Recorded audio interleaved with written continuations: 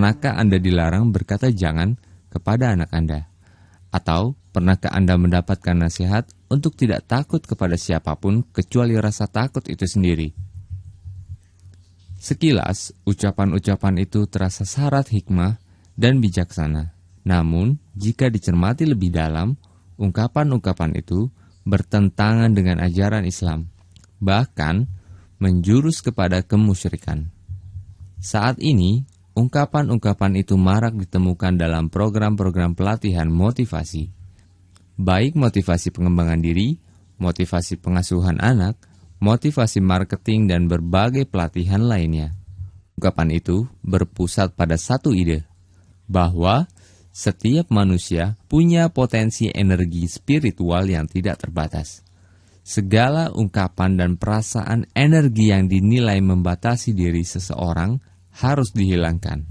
Termasuk yang harus dihilangkan adalah ucapan la haula wala quwata illa billah. Tidak ada daya upaya kecuali dari Allah, yakni ungkapan ketidakberdayaan seseorang hamba kepada Allah. Semua ungkapan tersebut berasal dari ajaran New Age Movement atau gerakan zaman baru.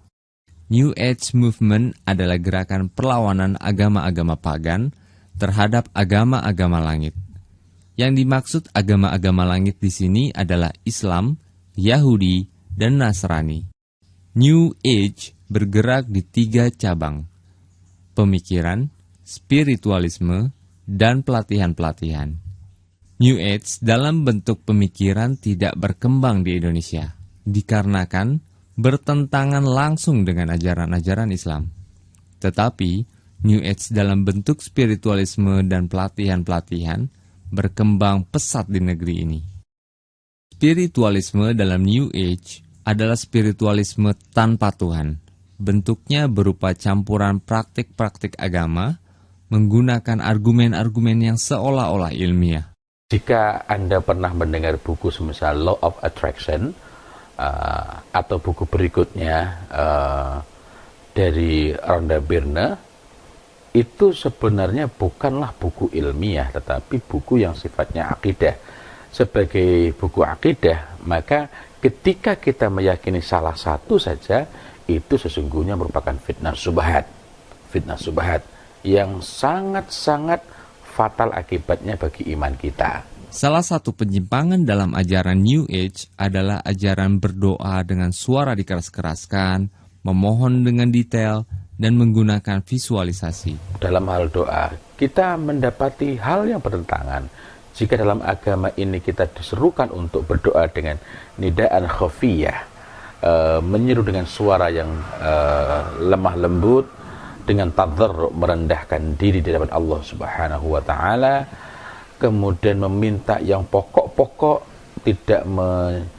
tidak meminta dengan sangat detail, tidak melakukan visualisasi sebagaimana kita dapati dari riwayat Abu Nu'amah radhiyallahu anhuma, bahwa keduanya itu dilarang keras dan termasuk berlebihan dalam berdoa.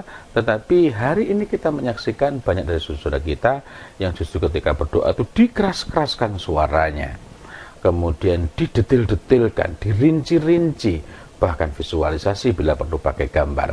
Ini semua adalah contoh-contoh betapa New Age Movement dalam cabang spiritualitas itu sudah merasuk kepada kita. Hal yang paling berbahaya dari gerakan New Age adalah kegiatan-kegiatan pelatihan atau training. Hal ini menjadi berbahaya karena para trainernya sendiri tidak mau masuk ke dalam gerakan New Age.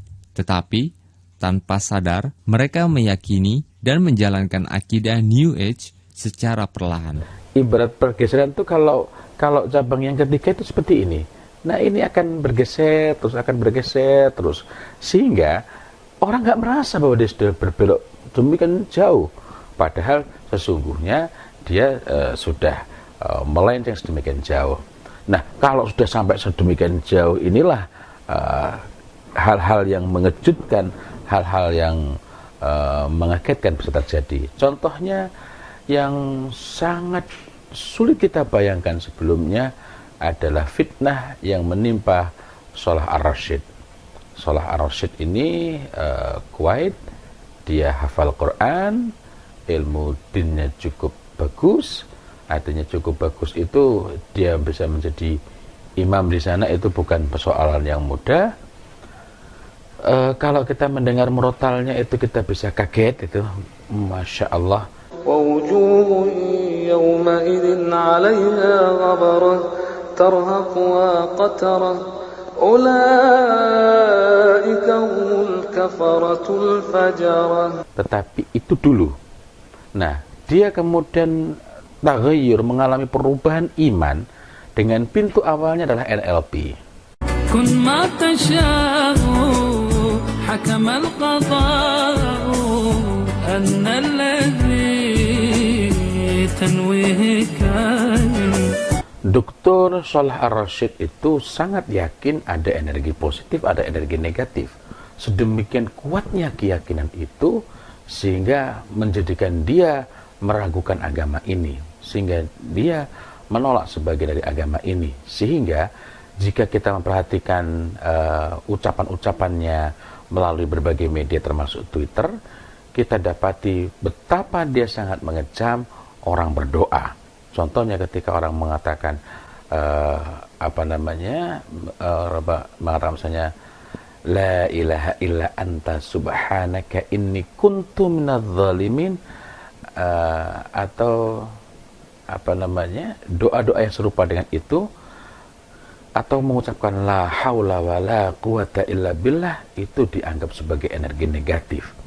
Nah, bermula dari keyakinan ada energi positif, energi negatif, dia sampai pada tingkat meragukan agama ini meskipun status resminya masih muslim. Saya tidak tahu kenapa tidak ada tahdzir terhadap Dr. Shalih Ar-Rasyid ini. Berbagai training berbasis New Age menjadi semakin berbahaya karena memiliki ratusan cabang-cabang yang lebih samar.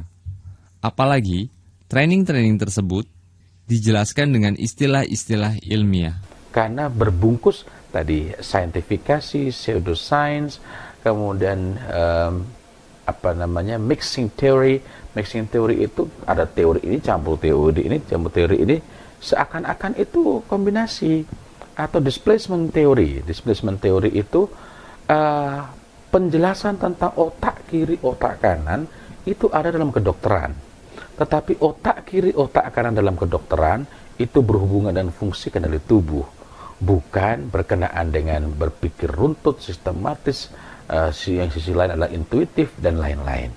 Salah satu bentuk saintifikasi New Age Movement bisa dilihat dalam buku The True Power of Water. Buku ini sempat marak di Indonesia. Di sana disebutkan, molekul air bisa berubah-ubah dan menjadi obat hanya dengan ucapan kata-kata positif. The True Power of Water, terbitan dari Bandung. Seakan-akan kalau kita mengatakan sesuatu, air itu berubah jadi kristal. Bayangkan, what happened? Apa yang terjadi jika air berubah jadi kristal? Bisa sobek tenggorokan kita. Tapi orang mempercayainya. Dan orang meyakini, padahal ini tidak memenuhi syarat ilmiah. Syarat ilmiah itu adalah examinable, dapat diuji kembali, dapat diteliti kembali dan menghasilkan hasil yang sama. Tetapi ini tidak. Jadi seakan-akan kalimat kita menjadikan air itu berubah jadi kristal, dan kristal berbentuk tertentu menjadikan kita cepat sembuh.